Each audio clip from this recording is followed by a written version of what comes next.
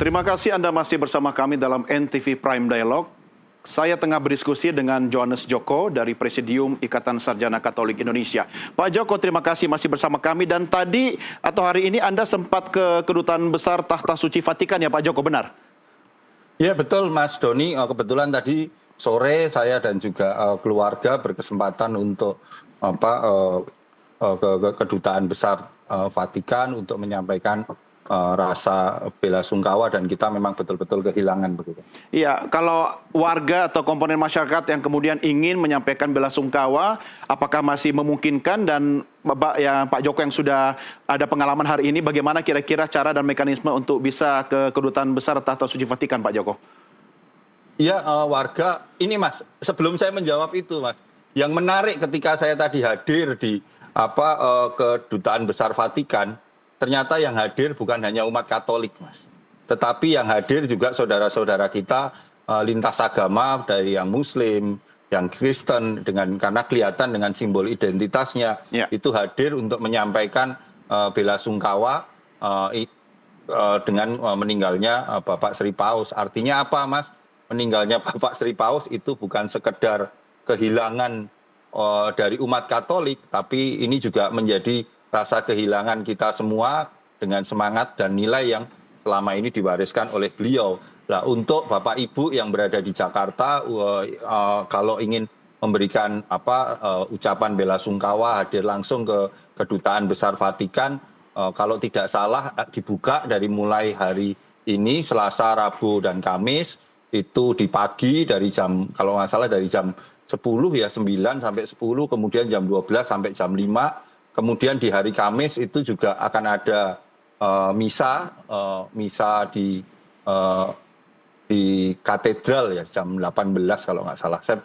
Saya terima jadwalnya seperti itu. Artinya silakan hadir, tentu dengan segala kita harus juga tertib dan juga mengingat keterbatasan tempat, pasti akan banyak butuh kesabaran untuk bisa memberikan rasa bela sungkawa itu.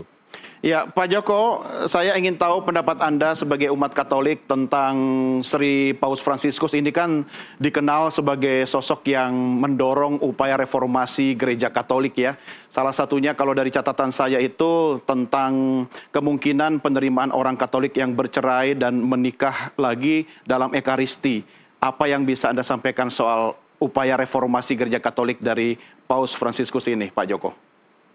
Kalau dari reformasi gereja Katolik ya Mas ya, tentu saya tidak terlalu mendalami, mohon maaf untuk hal itu, tetapi setidaknya gini, yang menjadi kekuatan dari Bapak Paus Fransiskus adalah beliau ingin menegaskan Mas, bahwa bukan sekedar yang utama tentang legalitas, bukan sekedar yang utama tentang legalisme begitu Mas, tetapi tentang bagaimana ajaran dan praktek iman itu diwujudkan secara nyata dalam kehidupan sehari-hari begitu.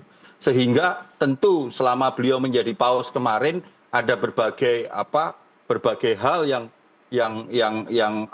beliau lakukan yang agak ya ada beberapa menimbulkan pro dan kontra begitu. Tetapi sekali lagi dasarnya bukan sekedar beliau melihat, dasarnya bukan sekedar legalisme, tetapi dasarnya adalah bagaimana menghadirkan kasih dan cinta Tuhan betul-betul dirasakan oleh seluruh umat manusia. Walaupun ketika dalam menjalani hidup di dunia ini ada berbagai pilihan kehidupan yang sebenarnya itu tidak bisa mereka hindari itu. Ya. Begitu Mas Doni. Baik.